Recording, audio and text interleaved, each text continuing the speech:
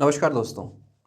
पिछला वीडियो जो मैंने बनाया था उसमें कुछ कमेंट्स ऐसे आए थे जिसमें कि ये कहा जा रहा था कि आपने जो स्ट्रेटजी बनाई है 100 डेज़ की, शुरुआत के 40 दिन 6 से 8 घंटे, उसके बाद 8 से 10 और उसके बाद फिर 10 से 12। तो वर्किंग प्रोफेशनल्स ने ही ज़्यादातर मैसेज इस टाइप के किए थे कि वो काम कर रहे हैं तो काम करने के दौरान इतना घंटा पढ़ाई के लिए निकाल पाना संभव नहीं है और ऐसे में फिर वो कैसे तैयारी करें। तो देखिए, सबसे पहले तो मैं यही कहूँगा कि मन के हारे हार है और मन के जीते जीत। गौतम बुद्ध ने कहा है कि mind is everything, you become what you think. तो अगर आप इन बातों को याद रखेंगे कि आप अपने आप को जो कमांड देते हैं, आप उसी के अकॉर्डिंग फिर ढलते चले जाते हैं। तो सबसे पहले तो नकारात्मक चीज़ें आपको अपने दिमाग में लानी ही नहीं है कि आप ये नहीं कर सकते, आप वो नहीं कर सकते। किसी भी चीज़ की शुरुआत सबसे कठिन होती है। आपने जब एक शुरुआत कर दी तो उस शुरुआत के बाद आप अपना टेम्पो धीरे धीरे धीरे धीरे बढ़ा सकते हैं। तो इसी तरह से आप पहले ये मत सोचिए कि आप कर ही नहीं सकते हैं। आप शुरुआत तो कीजिए। 1 घंटा पढ़ सकते हैं ना, आधा घंटा पढ़ सकते हैं तो पढ़िए। उसके बाद देखिए कैसे आपका मन जब पढ़ने में लगेगा, आपको अपना लक्ष्य दिखेगा, तो आप किसी न किसी तरह से समय निकाल ही लेंगे। तो आप ये मत सोचिए कि आप काम कर रहे हैं तो आपके पास कम समय है और जो व्यक्ति काम नहीं कर रहा है, दिन भर पढ़ रहा है, तो वो उसके पास ज़्यादा समय है और वो ज़्यादा पढ़ाई कर रहा है। देखिए, आप जब अपना रूटीन फॉलो करते हैं, जिस दिन भी आपकी छुट्टी रहती है, तो क्या छुट्टी के दिन या संडे के दिन भी आप वही रूटीन फॉलो करते हैं? नहीं करते हैं। क्यों? क्योंकि उस एक छुट्टी के दिन आपको ये रिलैक्सेशन होता है कि आज आपको काम पे नहीं जाना है, इसलिए आज अपने काम आराम से निपटाएंगे। तो आपने रात को सोते वक्त ही अपने ब्रेन को ये कमांड दे दिया था कि कल छुट्टी है, तो आप लेट सो के भी उठेंगे। रोज 8 से 10 बजे के बीच आप नहा धो के नाश्ता करके तैयार होके चले जाते थे ऑफिस, लेकिन आज आप 9 से 10 बजे सो के ही उठ रहे हैं। तो ऐसा ही होता है एक ऐसा एस्पिरेंट जिसके पास सिर्फ पढ़ने के अलावा कोई काम नहीं है। तो जब भी वो किसी चैप्टर को पढ़ रहा होता है, वो बोर हो जाता है, तो वो अपने उस काम को थोड़ी देर के लिए टाल देता है कि अभी तो मेरे पास पूरा दिन बचा हुआ है और मैं इसको बाद में पढ़ लूँगा। लेकिन आप जब काम से लौट के आएंगे, अपने फैमिली को समय देंगे, तो आपके पास जो गिने चुने 2-4 घंटे बचे होंगे, आप उन 2-4 घंटों का फुल यूटिलाइज करेंगे और आपका ब्रेन भी उस समय ज़्यादा तेज़ी से काम करेगा।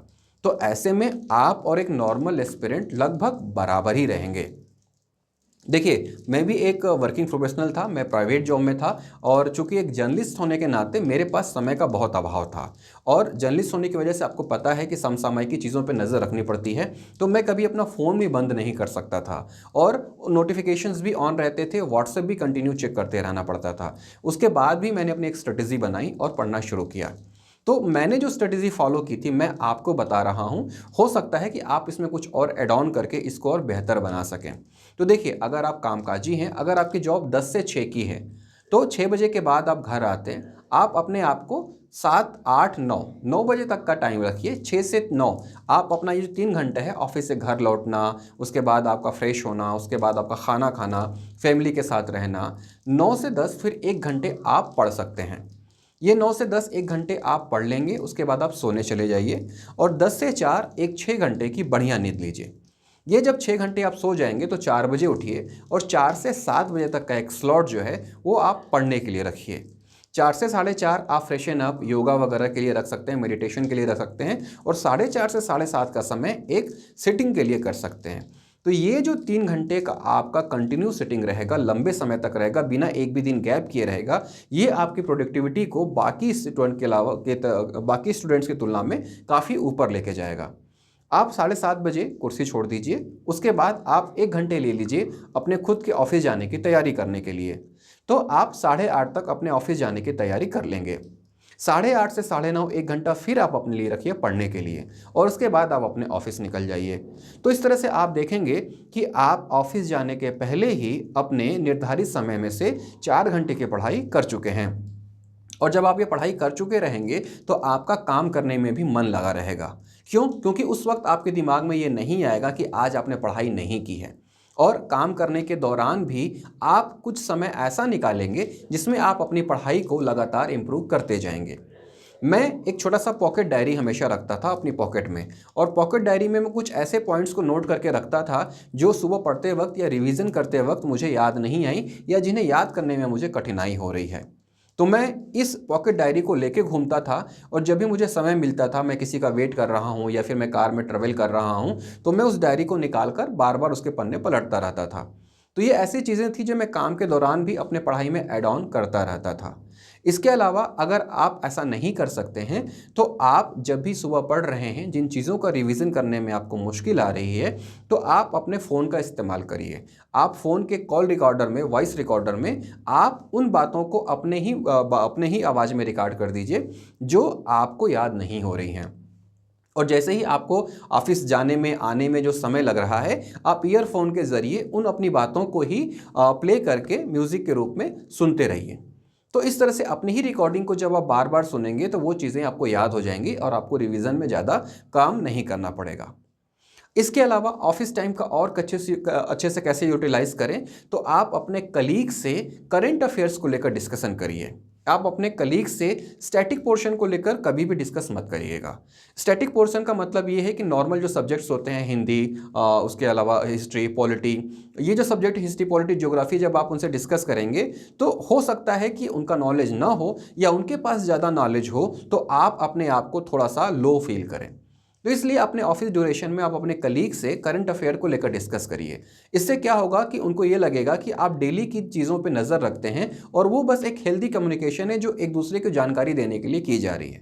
तो ऐसे में आपका करंट अफेयर बेहतर होता जाएगा, आपका परसेप्शन क्लियर होता जाएगा और किसी चीज़ों को बेहतर तरीके से रख पाने की आपकी समझ बढ़ेगी। फिर आप घर लौटिए, रात को 1 घंटे अपने आप को फिर दीजिए जो सुबह आपने 4 घंटे पढ़ाई करी है उसके रिवीजन करने के लिए, और उसके बाद फिर से आप सो जाइए। तो इस तरह से आप देखेंगे कि 5 घंटे का आप पढ़ाई तो रेगुलर कर ही रहे हैं, इसके अलावा इसके रिवीजन के लिए ऑफिस में भी आपको समय मिल जा रहा है, चाहे आप पॉकेट डायरी रखें, चाहे आप वॉइस रिकॉर्डर के रूप में उसको बार बार सुनते रहें। तो इस तरह से जब आप रेगुलर चीज़ें करते रहेंगे तो आप देखेंगे कि आपके अंदर इंप्रूवमेंट काफ़ी ज़्यादा हो जाएगा। अब यहाँ पे जैसे कि ये बातें आती हैं कि आपको ये लगता है कि टॉपर्स 17 से 18 घंटे पढ़ते हैं और आप अगर 4 से 5 घंटे पढ़ेंगे तो आपका सिलेक्शन कैसे होगा। ऐसा बिल्कुल भी नहीं है। कोई भी टॉपर 17 से 18 घंटे लगातार नहीं पढ़ सकता। 17 से 18 घंटे लगातार पढ़ने के लिए आपको 24 घंटे की सिटिंग चाहिए होती है। तो जो व्यक्ति कभी सोएगा ही नहीं वो इतनी पढ़ाई कैसे करेगा। और पढ़ने के लिए अच्छी नींद का होना बहुत ज़रूरी है। तो आप ये बात अपने दिमाग से निकाल दीजिए। जो लोग भी ये दावा करते हैं कि वो 17 से 18 घंटे पढ़ते हैं, वो आज भी 17 से 18 घंटे पढ़ ही रहे हैं। लेकिन जिन लोगों ने भी 6 से 8 घंटे की कंसिस्टेंट पढ़ाई की है, वो आज सेलेक्ट होकर ऑफिसर बन चुके हैं और अपनी लाइफ एंजॉय कर रहे हैं। तो आप ये मान के चलिए कि जब आप 10 से 12 घंटे बैठते हैं पढ़ने के लिए, तब आपका आउटपुट आता है 6 से 8 घंटे के लिए। लेकिन ये उनके लिए है जो सिर्फ और सिर्फ पढ़ाई कर रहे हैं। आप चूंकि वर्किंग हैं, आप अपना ज़्यादातर समय काम में निकाल चुके हैं, तो आपके पास जो बचे 4 से 5 घंटे हैं, आप जब कंटिन्यूएशन में बैठेंगे तो आप ज़्यादा आउटपुट दे पाएंगे। और ये कंसिस्टेंसी अगर बनी रही तो आपको टॉप करने से कोई नहीं रोक सकता।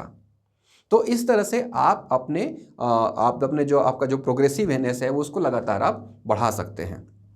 तो ये कुछ स्ट्रेटजी है जो मैंने फॉलो की थी और आपको बता रहा हूँ। अब सवाल ये आता है कि जो लोग शिफ्ट में काम कर रहे हैं या जिनको नाइट में पढ़ने की आदत है, वो इस स्ट्रेटजी को कैसे फॉलो करें। देखिए, अगर आप नाइट में पढ़ने के आदी हैं, सुबह आपकी नींद नहीं खुलती है, तो आप जब भी काम से घर लौटें तो आप 2 से 3 घंटे के लिए सो जाएं। ये हैबिट डेवलप करने के बाद आप 2 से 3 घंटे सो जाइए और उसके बाद उठ के रात में पढ़िए और सुबह होने से पहले 2 से 3 घंटे की और नींद ले लीजिए। तो आप अपनी नींद को स्लॉट्स में बांट सकते हैं। लेकिन मैं पूरे कॉलेज लाइफ में हमेशा रात में पढ़ता था। लेकिन जब मैं वापस कॉम्पिटिटिव एग्ज़ाम देने के मोड में आया तो मैंने अपनी ये जो स्ट्रेटजी थी इसको चेंज करी, क्योंकि मुझे ऐसा लगता था कि सुबह वो एक ऐसा वक्त था जब कहीं से कोई डिस्टर्बेंस नहीं होता है। न बच्चे परेशान करते हैं, न ऑफिस से फ़ोन आता है, न सुबह किसी का नोटिफिकेशन चेक करना पड़ता है। तो ये वो टाइम था जो बिल्कुल डिस्टर्बेंस लेस था। तो ये जो समय था मैंने ख़ास तौर पे चुना था। तो आप भी चाहें तो इस समय को चुन सकते हैं। हालांकि सुबह पढ़िए या रात को पढ़िए, इससे कहीं कोई फ़र्क नहीं पड़ता। फ़र्क ये पड़ता है कि आप अपने ब्रेन को कितना आराम देते हैं और उससे कितनी ज़्यादा एक्सरसाइज कराते हैं। तो आप योगा, मेडिटेशन या फिर आप जिम जाते हैं तो उसको अपने लाइफ में रेगुलर रखिए, क्योंकि जब आपका माइंड हेल्दी रहेगा तो आपके पढ़ने में भी मन लगा रहेगा।